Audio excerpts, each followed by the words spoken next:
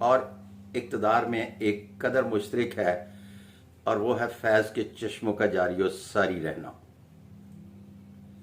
جس پیری و فقیری اور اقتدار میں فیض کے چشمے ہی خشک ہونا شروع ہو جائیں،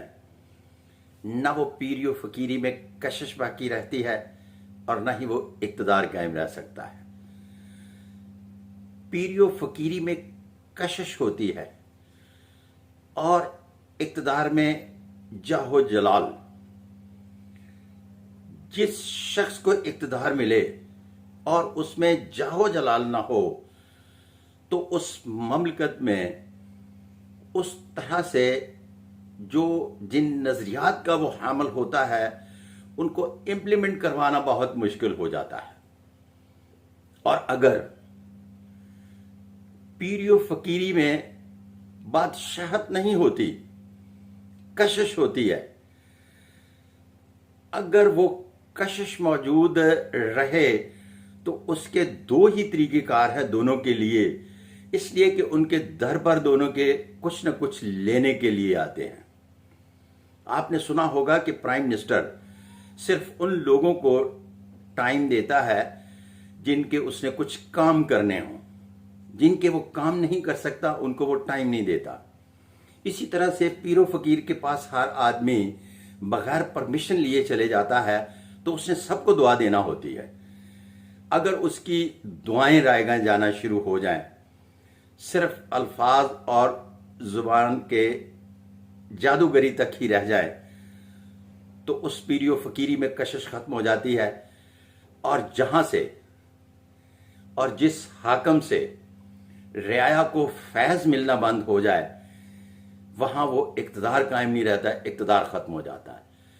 اس کا مطلب ہے کہ دونوں لوگوں کا لفظ بے رحم نہیں، انتہائی غیر معمولی اعصاب کے مالک ہونا بڑا ضروری ہے، اور میں نے دونوں کے ہاتھ پر یہ سارے کے سارے ابھار نمایاں مضبوط انگوٹھے، انگلیاں جو ہیں یہ بنیادی طور پر تنی ہوئی، پھر اس کے بعد ہارٹ لائن بڑی مضبوط، خاص طور پر ہارٹ لائن بڑی مضبوط۔ اگر ہارٹ لائن مضبوط نہیں ہے تو پھر ان کے ہاتھ پر بڑی شاندار قسم کی برین لائن، اور برین لائن کے ساتھ موٹ آف ماس پازیٹیو جو ہے یہ بڑا زبردست ہوتا ہے، جس کی بنیاد پر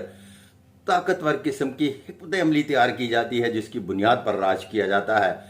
جب لوگ نڈھال ہو کر ان کے پاس اپنی بے بسی لے کر آتے ہیں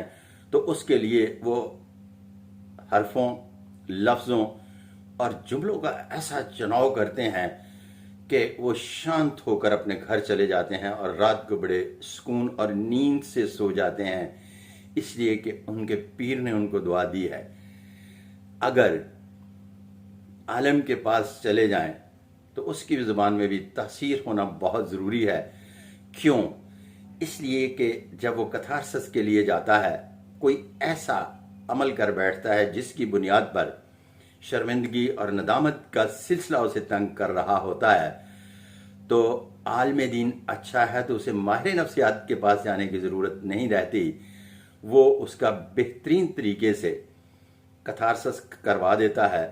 اور اسے بتاتا ہے کہ میرا مالک کہاں کہاں مہربانیاں فرما کر کس طرح سے مہربانیاں فرما کر اپنے بندوں سے پیار کرتا ہے۔